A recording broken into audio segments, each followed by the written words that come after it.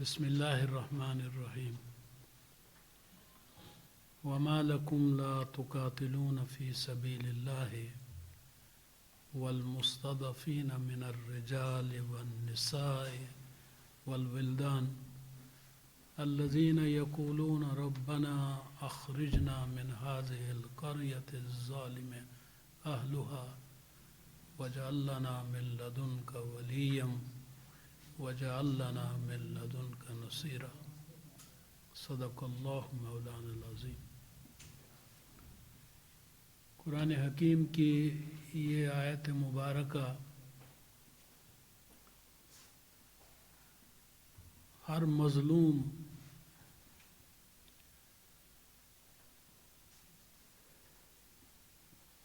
ہر وہ فرد ہر وہ قوم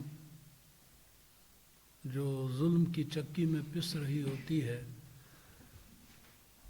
وہ اس کو زبان پر لے آتی ہے اور ان لوگوں سے یہ تقاضا کرتی ہے جو کچھ کرنے کے قابل ہوں یا کچھ کرنے کے اہل ہوں کہ وہ اٹھیں اور اس ظلم کی چلتی ہوئی چکی کو روک دیں، اس ظلم کے بازار کو روکیں، اس ظلم اور ناانصافی کا سدباب کریں۔ آیت کریمہ میں ان لوگوں سے جو آزاد ہیں، با اختیار ہیں، کچھ کرنے کے قابل ہیں، ان سے اللہ تعالیٰ فرماتا ہے تمہیں کیا ہو گیا ہے کہ تم اٹھ کھڑے نہیں ہوتے ان لوگوں کے لیے، ان مردوں کے لیے، ان بزرگوں کے لیے، ان ماؤں بہنوں بیٹیوں کے لیے، ان کمزوروں کے لیے جن میں خواتین بھی ہیں، بچے بھی ہیں، بوڑھے بھی ہیں، جو ظلم کی چکی میں پس رہے ہیں اور فریاد کر رہے ہیں کہ بار الہ ہماری مدد کے لیے کسی کو بھیج، کیونکہ ہم جس بستی میں ہیں اس کے کرتا درتا جو ہیں وہ ظالم ہیں۔ حقیقت یہ ہے کہ قرآن مجید نے اس آیت کریمہ میں جو ولنریبل طبقہ ہے سوسائٹی کا ان کا تذکرہ کیا ہے۔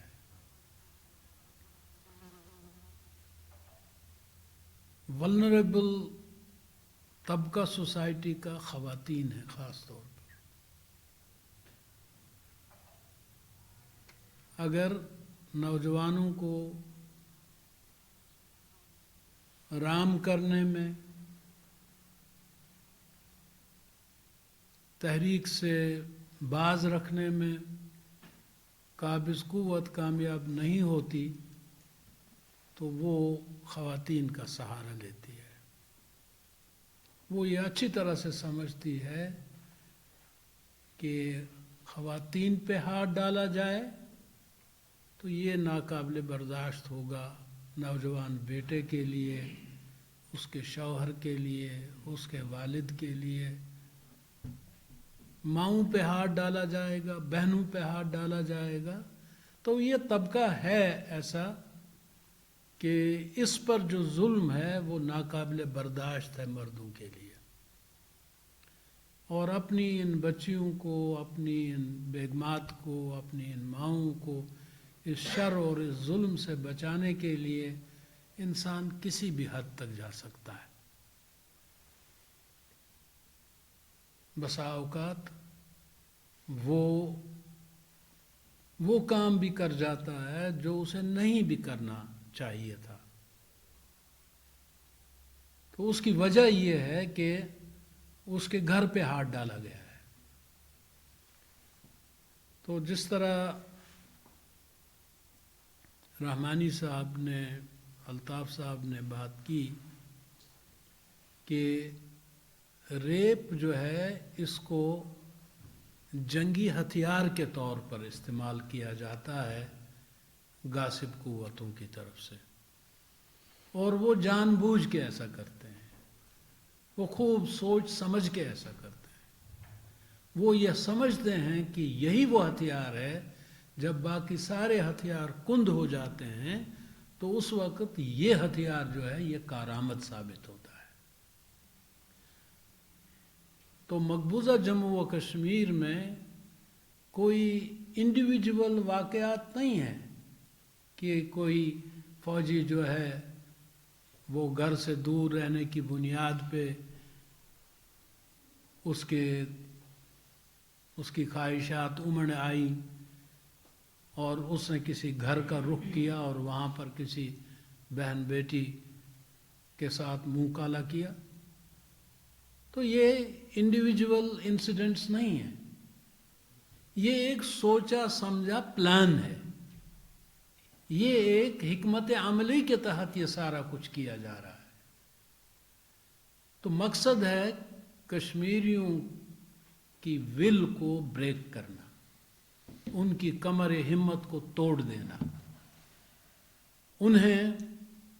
خود اپنی نگاہوں میں شرمسار کر دینا. تو اس لحاظ سے یہ ایک بہت بڑا جنگی ہتھیار ہے جس کو دشمن استعمال کرتے ہیں. اسرائیل استعمال کرتا ہے، انڈیا استعمال کرتا ہے، قابض قوتیں استعمال کرتی ہیں. تو افغانستان میں جنگ کے دوران وہ اپنے اہل و عیال کو سیف بنا کے پھر کارروائیاں کرتے تھے، کیونکہ ان کے پیش نظر یہ ہوتا تھا کہ ہماری کارروائیوں کے نتیجے میں ہمارے گھر محفوظ نہیں رہیں گے، اس لیے ان کی حفاظت جو ہے وہ بہت ضروری ہے. تو ہمارے لیے ایسا ممکن نہیں ہو پایا. تو ہندوستان نے ہماری اس کمزوری کا فائدہ اٹھایا اور انہوں نے ہماری خواتین کو خاص طور پر نشانہ بنایا. سکھوں کی تحریک میں پنجاب میں ہندوستان نے اپنے لوگوں کو فریڈم فائٹرز کے طور پر گھروں میں بھیجا، ان کو پناہ ملی اور پھر انہوں نے وہ کارہائے بد انجام دیے کہ لوگوں میں نفرت پیدا ہو گئی ان سکھ مجاہدین کے بارے میں. تو وہ بھی ایک ڈیلیبریٹ اٹیمپٹ تھا ان کی طرف سے تحریک کو بدنام کرنے کے لیے. تو اس لحاظ سے ہندوستان نے بھی کوئی کسر باقی نہیں رکھ چھوڑی تحریک کو بدنام کرنے کے لیے، خواتین کا دامن عصمت تار تار کرنے کے لیے، ہمیں اپنی ہی نگاہوں میں شرمسار کرنے کے لیے. تو یہ ایک کامیاب حکمت عملی رہی ہندوستان کی طرف سے، اور اس کا جو جواب ہماری طرف سے آنا چاہیے تھا ہم اس میں اتنے کامیاب نہیں رہے، اور اس کی وجوہات بھی رہی ہوں گی اور ہیں، لیکن حقیقت یہ ہے کہ پھر بھی اگر عالمی سطح پہ کچھ شور مچا، یہ معاملہ دنیا کی نگاہوں میں آ گیا، تو اس پر بھی ہم ان تمام افراد کا شکریہ ادا کریں گے جنہوں نے اس میں کاوشیں کی ہیں، جس میں ہمارے اپنے وہ ساتھی بھی ہیں جو اقوام متحدہ اور OIC اور خاص طور پر جنیوا میں کام کرتے رہے اور اس مسئلے کو انہوں نے اجاگر کیا، اور خود کشمیر کے اندر جو اس مسئلے پہ کام ہوا وہ بھی کچھ کم نہیں ہے. لیکن یہ ایک ایسا داغ ہے، ایک ایسا دھبا ہے ہمارے ماتھے پہ، ہمارے چہرے پہ، جو مٹ نہیں سکتا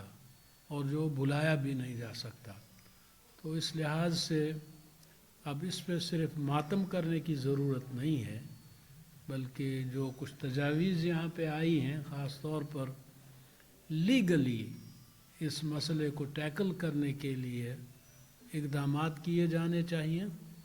تاکہ جن خواتین کے ساتھ،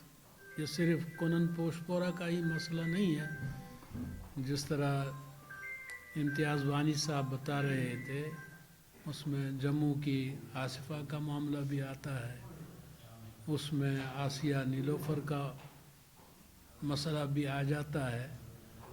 اور کتنے ہی ایسے واقعات ہیں جو رپورٹ ہی نہیں ہوئے، اور جو خود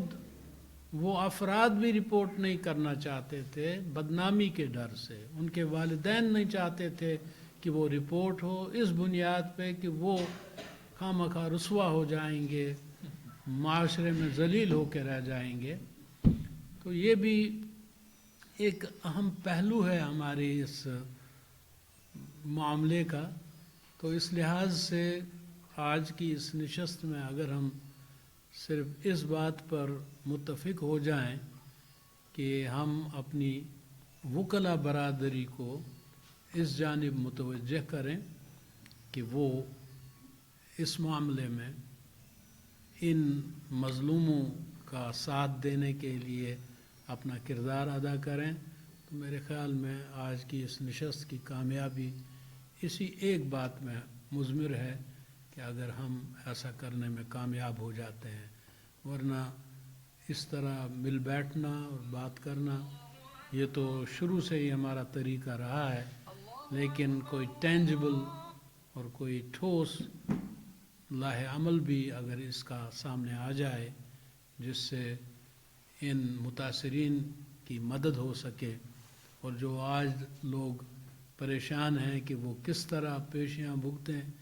کس طرح ہندوستان کے دور دراز علاقوں میں پہنچیں، رشتہ دار کیسے پہنچیں وہاں پہ،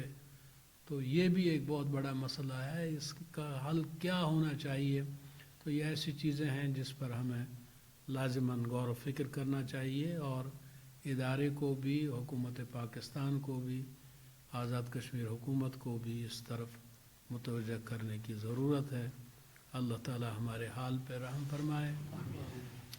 ہمارے اہل و عیال پہ رحم فرمائے، ہماری قوم پر جو بہت ہی مشکل حالات سے گزر رہی ہے، اللہ تعالی ان کا حامی و ناصر بنے۔ ربنا لا تؤاخذنا ان نسينا او اخطانا ربنا ولا تحمل علينا اصرا كما حملته على الذين من قبلنا ربنا ولا تحملنا ما لا طاقة لنا به واعف عنا واغفر لنا وارحمنا انت مولانا فانصرنا على القوم الكافرين